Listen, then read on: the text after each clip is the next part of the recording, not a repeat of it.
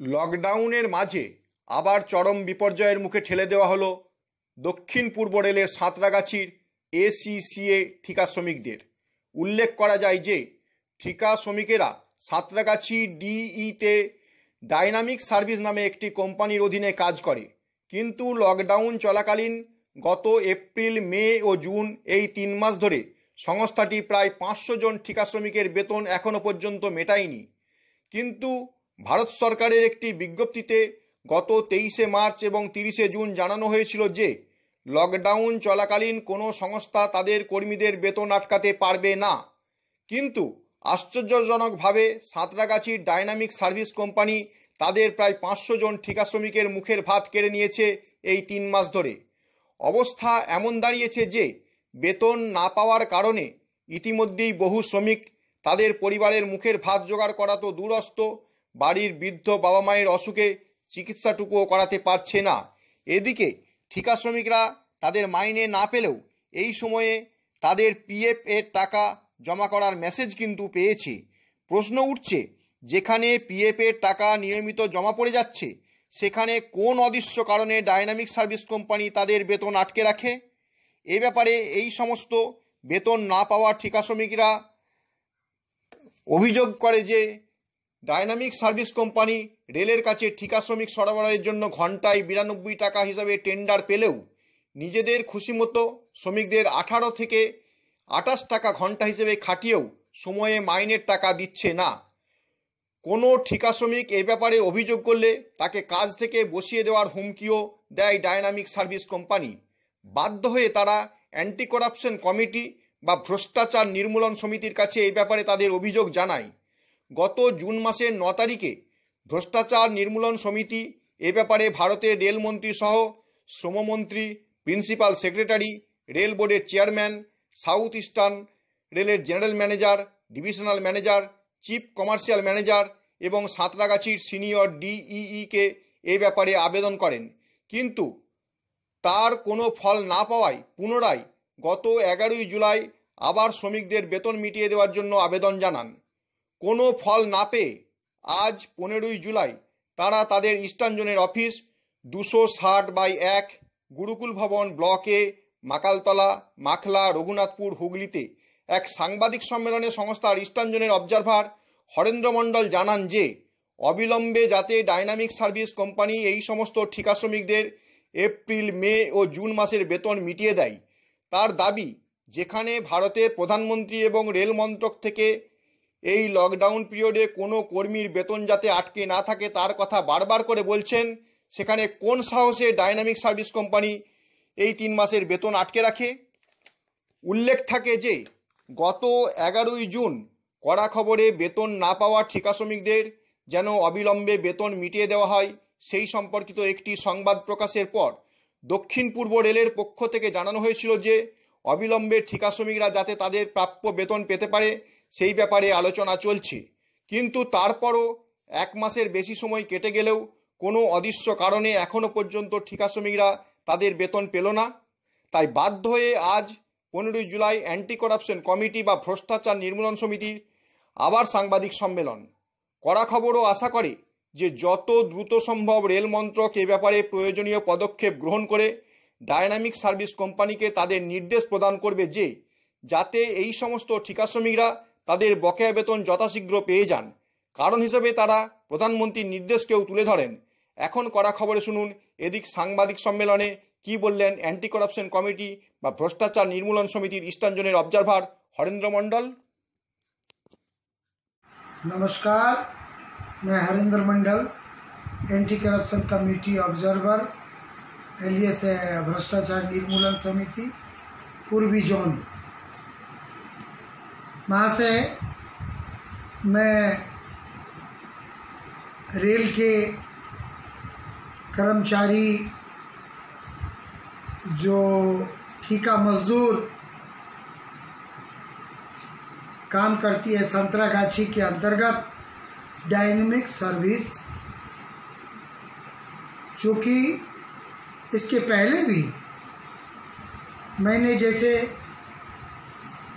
9/6 को 9 जून को भी इन लोगों का सैलरी के बारे में अनुरोध पत्र भेजा था पीएमओ के प्रिंसिपल सेक्रेटरी को और रेल मंत्री महाशय को, पीयूष गोयल जी को और जीएम साहब को, टीआरएम को, तमाम पदाधिकारी, और अभी मैं 11 जुलाई को भी इनके बारे में लिखा हूँ। ये बात है कि भारत सरकार, रेल मंत्री भारत सरकार ने एक नोटिफिकेशन जारी किया उन ठेका मजदूर जो कॉन्ट्रैक्ट पर रेल का काम करते हैं, और वो रेल का ये आवेदन है 30 जून 2020 का, जिसमें रेलवे बोर्ड चेयरमैन सभी रेल के जनरल मैनेजर को निर्देश दिया है कि सभी ठेका मजदूर जो अटेंडेंस, कोच अटेंडेंस, रेल कर्मचारी का जो काम करते, उनको पेमेंट दिया जाए, क्योंकि ये प्रधानमंत्री भी बोल चुके हैं, इस कोरोना काल में जान है तो जहान है, जिंदगी बचाने के लिए काम करने के लिए बात कही। और उन्होंने दो तरह का, इस तरह से 2 बार उन्होंने निर्देश जारी किया है, एक बार 23/3/2020 को और एक बार 30/6/2020 को, जिसमें मुख्य तौर पर all general manager railway department को किया गया कि इन ठेका मजदूर के बिहाफ में इनकी मदद की जाए। जबकि कई जगह ऐसा विशेष सूत्र से पता चला है कि ईस्टर्न जोन में, ईस्टर्न रेलवे में सफाई कई कर्मचारियों को इस तरह का भुगतान हुई है। एथेंटिक तौर पर मेरे पास उसकी प्रमाण नहीं है, नहीं तो मैं जारी करता, लेकिन ये संतरागाछी के अंतर्गत जीएम साहब जो गार्डियन रीच हैं साउथ ईस्टर्न के, लगभग डायनेमिक सर्विस के 400 से 500 के बीच में जो मजदूर काम करते हैं, आपके द्वारा कई बार आवेदन देने के बाद भी हमारी संस्था आपके माध्यम से इनकी भुगतान करा चुकी है और इनको सहायता मिली है, जिसके लिए मैंने आपको धन्यवाद कई बार दी गई है हमारी संस्था द्वारा। मेरा संस्था भ्रष्टाचार और अत्याचार के खिलाफ 22 वर्षों से काम करते आ रही है और करते रहेगी। इन लोगों का दबी जुबान से, फ़ोन के माध्यम से मुझे अनुरोध करते हैं कि सर जी मेरी सहायता करें। अभी तक मेरा अप्रैल, मई, जून का किसी तरह का पेमेंट नहीं मिला। तो क्यों नहीं मिला, मैं जीएम साहब से जानना चाहता हूं कि क्यों नहीं, इनके साथ क्यों नाइंसाफी क्यों हो रही है। क्या सीनियर डी केपी अधिकारी जी, क्या ये डायनेमिक सर्विस के डायरेक्टर, मैनेजर मनोज, ये तमाम लोगों को मिली भगत से इनको परेशान किया जा रहा है, इनको परेशान किया जा रहा है। क्या कारण है इसमें? इस कारण को जानकारी दीजिए और इन लोगों को सुविधा पहुंचाइए। ये जनमत के लिए आप भी एक कर्मचारी के रूप में काम कर रहे हैं, देश का, रेल का वरिष्ठ अधिकारी के रूप में, लेकिन छोटे अधिकारी के, छोटे लेबर के बारे में इस तरह से सौतेला व्यवहार क्यों? क्या डीआरएम साहब का इसका नज़र उनकी तरफ नहीं जाती? डीआरएम खड़गपुर का नज़र नहीं जाती? सीनियर डी का इन पर खबर नहीं जाती? और जितने भी पदाधिकारी हैं इन मजदूरों के प्रति कोई सहानुभूति नहीं, इनके ज़िंदगी के प्रति कोई सहानुभूति नहीं। उनको सैलरी मिली या नहीं मिली। मुझे एक कल सूचना मिली कर्मचारी भविष्य निधि संगठन का, कोई फोन कर रहा है फर्स्ट, जो कि ये इस तरह का है। इसमें ये दिखाई गई है कि जून का भी लेबर का ये जो चार्ज है ईपीएफ ये काटा गया है। सरकार भी अपना सहयोग दिए है। जो मई में भी, अप्रैल में भी, फरवरी में भी। तो क्या ये इस तरह का जब उनको सैलरी नहीं मिल रही है तो आईपीएफ ये कटने का क्या प्रावधान है? ये क्या मतलब इनके साथ क्या हो रहा है? तो रेल मंत्री जी से गुजारिश करना चाहता हूँ कि ऐसे अधिकारी पर चार्ज लगाएं जो अपनी ड्यूटी सही से लेबर के प्रति नहीं कर रहे हैं। उन लेबरों को आज अगर हमारी रेल, भारतीय रेल आगे काम कर रही है, पूरे भारत में नाम है, तो मजदूरों को लेकर के नाम है। ये मजदूर काम करती है ईमानदारी से, तो इनकी जो है ये सभी लोग कार्यरत जो है आगे देश का नाम रोशन होता है।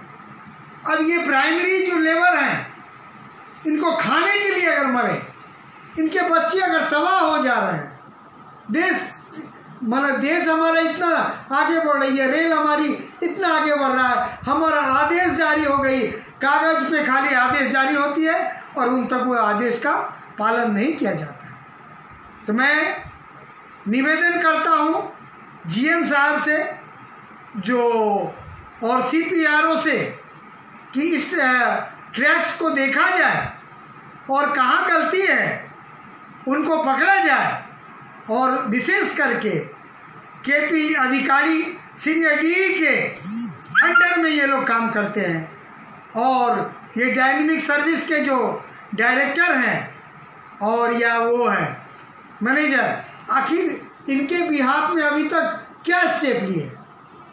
इनकी ड्यूटी क्या बनती है? ये लेबर काम करते हैं तो उनको वो कमीशन मिलती है। अगर ये काम नहीं करेंगे तो उनका ठिका नहीं रहेगा।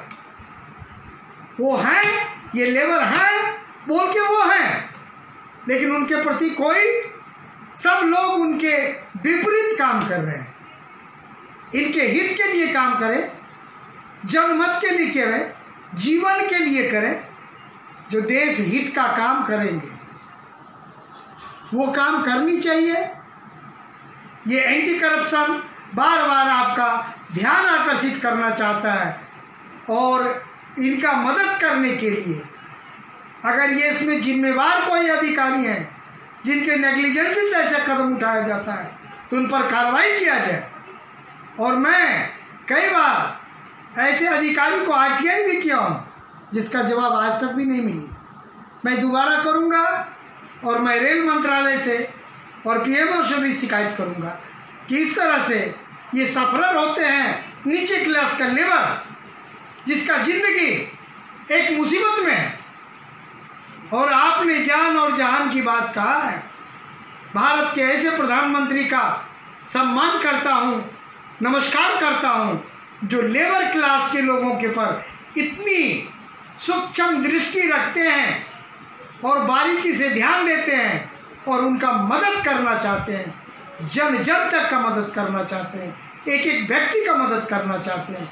और कुछ भ्रष्ट अधिकारी के चलते जिनका ये सफलर होते हैं, इस पर इसकी जांच लगनी चाहिए और इसकी जांच कराई जाए, और इनका जो पेमेंट अगर है अधिकार क्षेत्र में आता है तो इनको तुरंत कराने की व्यवस्था किया जाए, नहीं तो हमारी संस्था इसके विरुद्ध कार्रवाई करने के लिए बाध्य हो गई। जय हिंद, जय भारत।